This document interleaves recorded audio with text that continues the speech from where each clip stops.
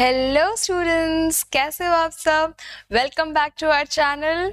और आप सब के लिए बहुत इंटरेस्टिंग टॉपिक्स आया है, दैट इज फाइलम। बताओ जल्दी से क्या पढ़ने वाले हैं। Phylum Echinodermata. चलो देखते हैं इकाइनोडर्माटा। ये देखो आप सभी के लिए कितना खूबसूरत सा समुंदर का व्यू। मजा आ रहा है देखकर, कुछ अच्छा लग रहा है, कुछ इंटरेस्टिंग है ना।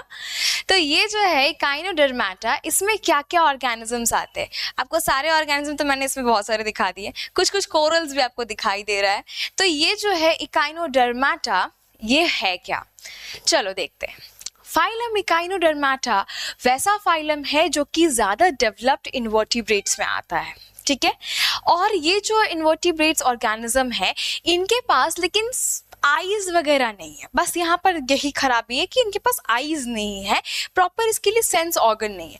बाकी सारी चीजें हैं, फील, टच, ये सब कर सकते हैं। इसका नाम इकाइनोडर्माटा ही क्यों पड़ा, दिख रहा है आपको लिखा हुआ ऊपर। इनका नाम इकाइनोडर्माटा ही क्यों पड़ा।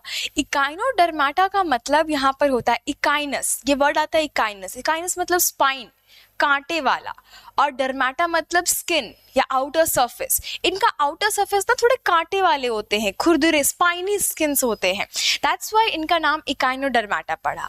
इसमें आपको देख सकते हो यहाँ पर कितना सुंदर सा एक स्टारफिश दिख रहा है, कुछ सी अर्चिन्स दिख रहे हैं, कुछ सी लिलीज भी दिख रही है।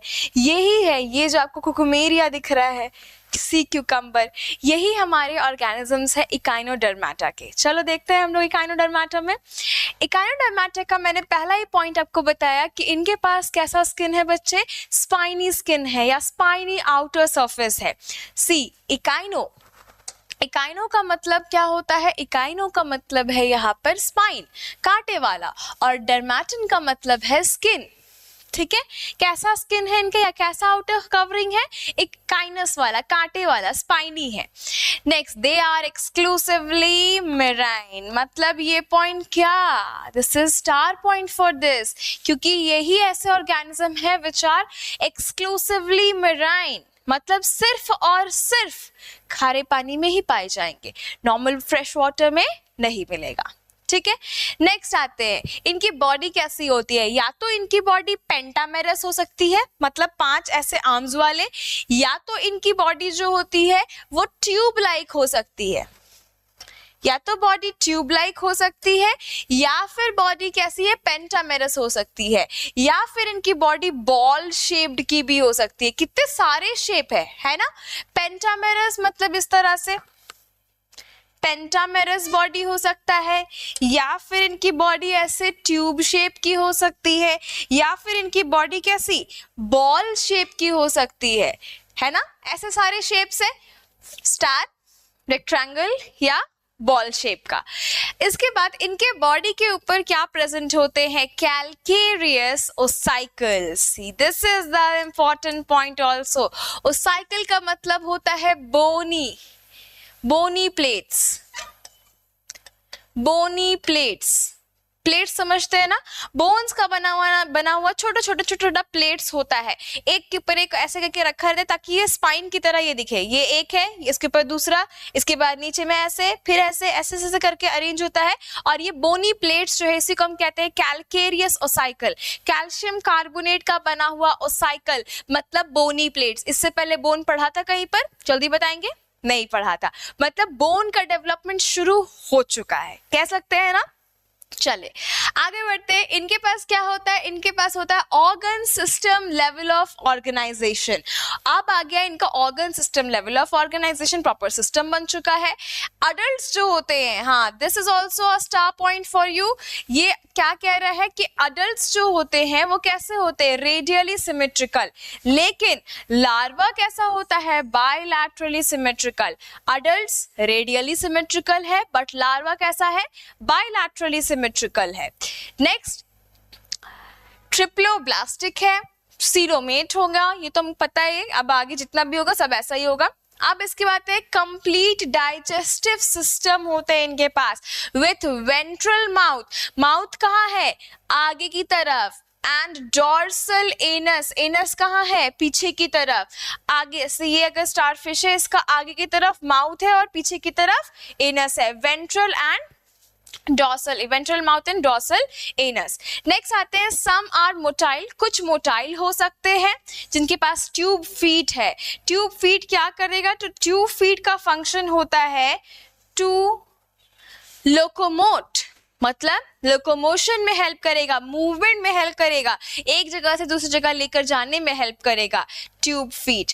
नेक्स्ट आते हैं इनके पास एक्सक्रीटरी सिस्टम एब्सेंट होता है, they do not have excretory system. तो कैसे एक्सक्रीशन होगा, एक्सक्रीशन तो होगा, एक बहुत ही स्पेशल सिस्टम इनके पास पाया जाता है, that is water vascular system. ये भी हम लोग जस्ट देखने वाले हैं, उसके पहले थोड़ा सा ये सब पढ़ लेते हैं। फिर आते हैं इनके पास नर्वस सिस्टम कैसा है, सेंट्रल नर्व है, एक सेंटर में नर्व रिंग है और उसी से निकला हुआ सारे नर्व्स है, लैटरल नर्व्स प्रेजेंट होते हैं। ये देखो यहाँ पर, ये देखेंगे ये क्या है, तो आपको यहाँ पर जो दिखाई दे, this is central nerve ring, ये सेंट्रल नर्व रिंग है और इसी से निकले हुए जो स्ट्रक्चर्स आपको देखने को मिल रहे हैं ना, ये वाले और ये वाले, ये दोनों के दोनों या सारे के सारे जो पांचों है, ये क्या है, ये है लैटरल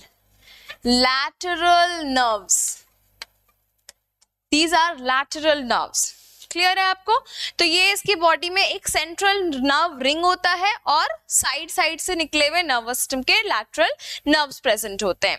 अब मैंने यहाँ पर ये वाले जो डायग्राम है इसमें आपको दिखाया है ओसाइकल्स, छोटे छोटे बॉल जैसे स्ट्रक्चर दिखाई दे रहे, एक के ऊपर एक लगे हुए, इन्हीं को हम कहते हैं ओसाइकल्स। और कैलकेरियस ओसाइकल्स जो कि कैल्शियम कार्बोनेट के बने होते हैं, और ओसाइकल्स का मतलब ही मैंने आपको बताया bony plates, bony plates, bone के प्लेट्स, ऐसे चपटा बोन का प्लेट एक के ऊपर एक ऐसे अरेंज रहता है ताकि ये कांटे की तरह ऊपर में ऐसे उभर जाए, है ना। तो ये बोनी प्लेट्स प्रेजेंट होते हैं। और ये आपको जो दिखा रहे हैं, दीज आर ट्यूब फीट्स, ये ट्यूब फीट है, दीज आर ट्यूब फीट, ठीक है, ये सारे के सारे ट्यूब फीट है। क्लियर? एक है ट्यूब फुट, बहुत सारे ट्यूब फीट। क्लियर?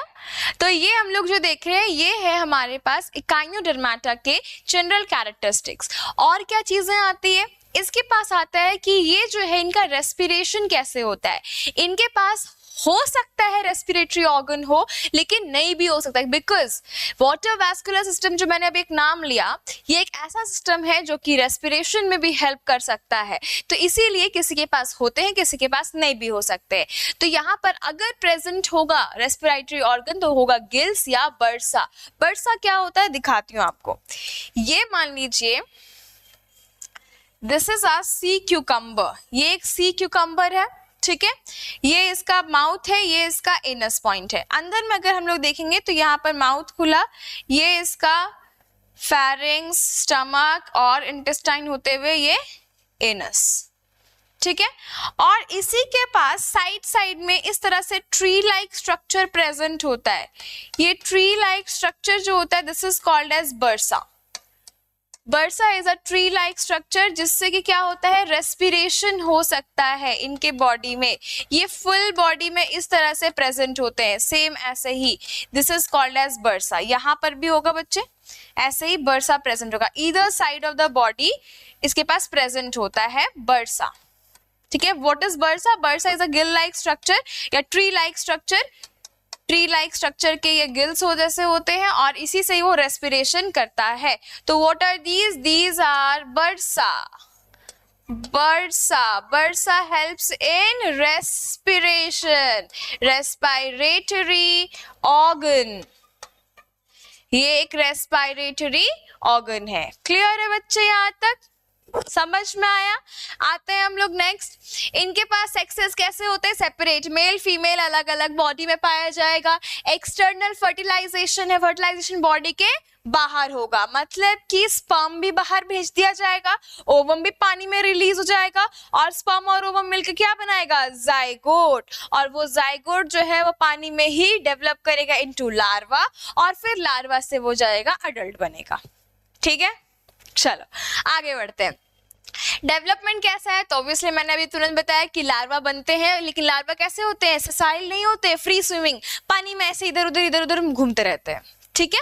चलेंगे आगे हम लोग पढ़ते हैं, ये वाला पॉइंट यहाँ पे आपको बता रहे हैं कि एक एग्जाम्पल है पिक्नोपोडिया। पिक्नोपोडिया एक तरह का स्टारफिश है जो काफी बड़ा होता है, अराउंड 20 to 21 आर्म्स होते हैं उसके पास। स्टारफिश के पास कितने आर्म्स? 5, लेकिन इसके पास 20 to 21 आर्म्स इसके पास प्रेजेंट होते हैं। और ये कहाँ पाया जाता है? ये नॉर्थ ईस्ट पैसिफिक ओशन में पाया जाता है। It is the largest starfish in the world.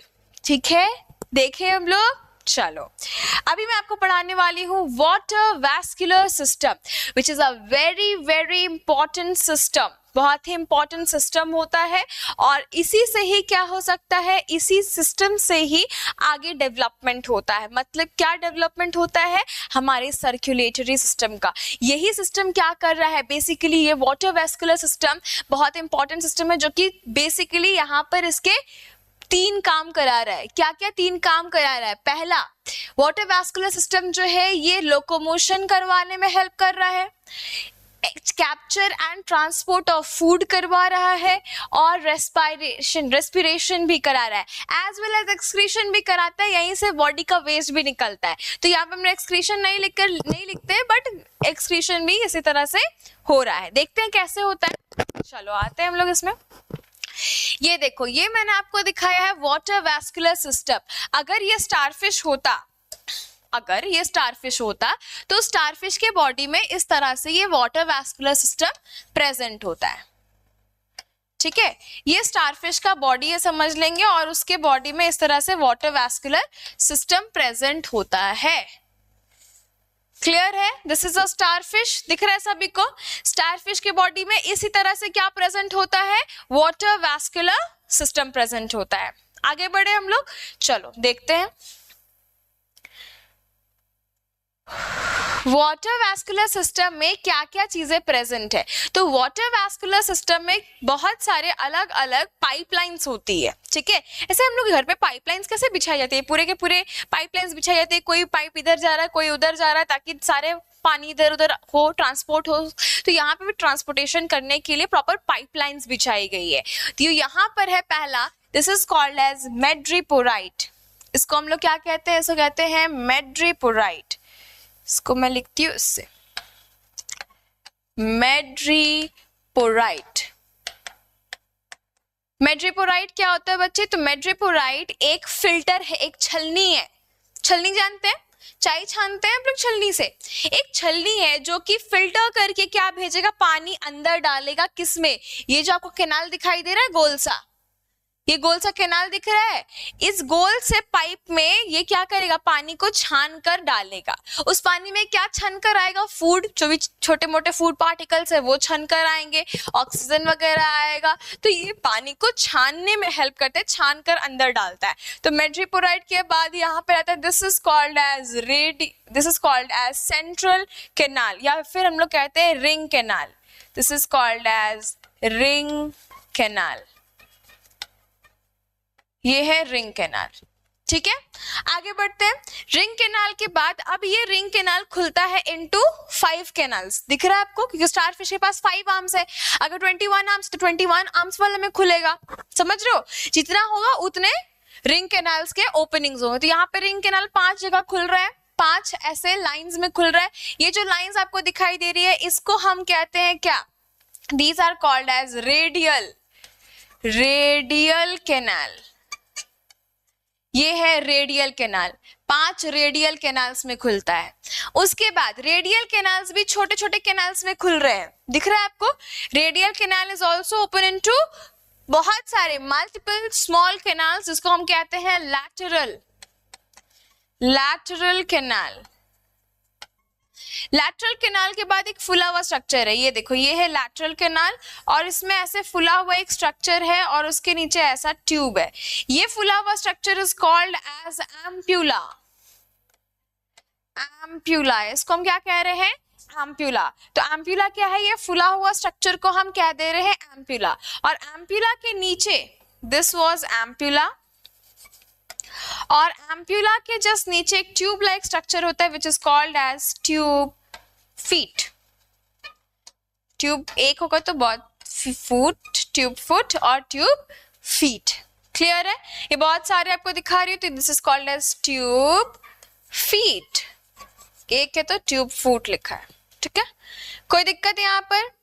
ये जो आपको देखने को मिल रहा है ये काम कैसे करता है, चलो काम दिखाते हैं आपको।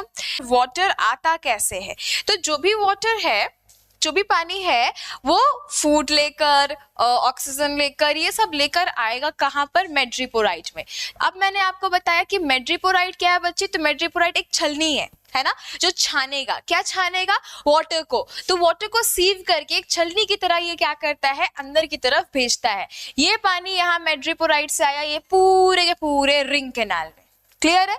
रिंग कैनाल में जो ये वाटर आया, ये रिंग कैनाल में वाटर क्या होगा? अब सारे के सारे लैटरल कैनाल्स को पास किए जाएंगे। जैसे लैटरल कैनाल में ये पास होगा, ये क्या होगा? ये सारे के सारे लैटरल कैनाल में जो भी पास हो रहा है वाटर, ये वाटर कहाँ जाएगा? अब लैटरल कैनाल्स में, और सारे सेल्स जो है वो वाटर से क्या डिफ्यूज करते जाएंगे? फूड, ऑक्सीजन डिफ्यूज करते जाएंगे। जो भी वेस्ट होगा, कार्बन डाइऑक्साइड होगा, उसको वही पानी में डालते जाएंगे। जैसे हमारा ब्लड कैसे करता है वैसे ही वहां पर कर रहा है। और उसके बाद ये लैटरल कैनाल से रेडियल कैनाल से होते हुए सारे के सारे कहाँ जाने वाले हैं? आप लैटरल कैनाल्स में। ये पानी कहाँ जा रहा है देख सकते हैं आप, लैटरल कैनाल्स में पानी जा रहा है। रेडियल कैनाल से लैटरल कैनाल्स में वाटर जा रहा है। और इसके बाद ये वाटर कहाँ भरेगा? तो ये वाटर भरेगा एम्प्यूला में, ठीक है। आपको यहाँ पे दिखाते हैं, ये वाटर कहाँ भर रहा है बच्चे? तो वाटर भर रहा है एम्प्यूला में। वाटर जो है वो एम्प्यूला में भर रहा है। अब यहाँ पे समझो, एम्प्यूला क्या है? फूल रहा है, ठीक। आपने ड्रॉपर यूज किया, ड्रॉपर यूज किया है सभी ने? ड्रॉपर का शेप भी कुछ इस तरह का होता है कि नहीं? यस और नो? ड्रॉपर का शेप होता है ऐसा। तो जो ड्रॉपर यूज करते हैं, ऊपर से ऐसा प्रेशर देते हैं तो वो वाटर नीचे की तरफ जाता है। फिर छोड़ दोगे प्रेशर तो क्या होगा? वाटर स्टिक हो जाएगा, हट जाएगा। और वो जो है एयर में भी वहां पर डिफरेंस आता है, जिसकी वजह से वो सक्शन और नॉट सक्शन वाला फोर्स डालता है, जिसकी वजह से यहाँ पर वाटर अगर हम फोर्सफुली इसको पिचकाएंगे, एम्पुला पिचकेगा, वाटर फोर्सफुली जाएगा ट्यूब फीड्स में, तो ट्यूब फीड्स वाटर को रिलीज करेगा, ठीक है। और उसके बाद फिर ट्यूब फीड्स रिलीज करके छोड़ देगा। इसी तरह से ट्यूब फीड्स में वाटर के आने और जाने की वजह से क्या होता है? यहाँ पर होता है लोकोमोशन, लोकोमोशन ऑफ क्या? इकाइनोडर्माटा, ठीक है। आगे बढ़े हम लोग इसके बाद, चलो। तो यहाँ पर हमने देखा water vascular system. Water vascular system में हमने क्या देखा कि ये बहुत ही इंपॉर्टेंट फीचर है इकाइनोडर्माटा का। इसमें बहुत सारे अलग अलग ऑर्गन्स या आप कह सकते हो अलग अलग कैनाल्स यूज किए जाते हैं।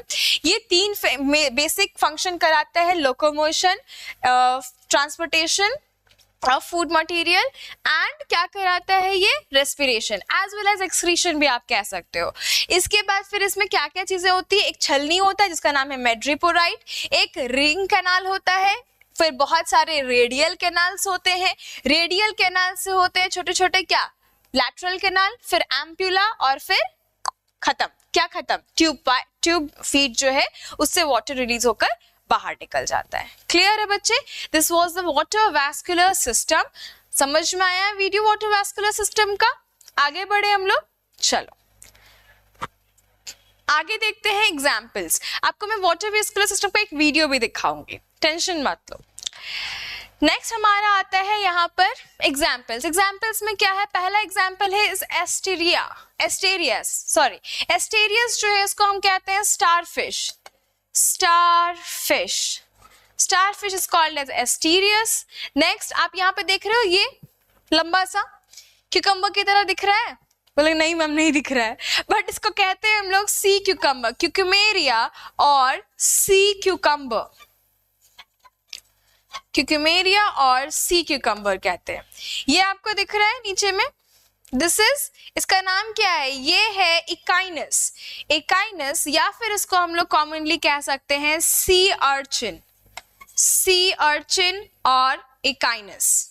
दिख रहा है ये गोल गोल कांटे वाला, ये है सी अर्चिन, ठीक है। आगे बढ़ते एग्जाम्पल्स में हम लोग।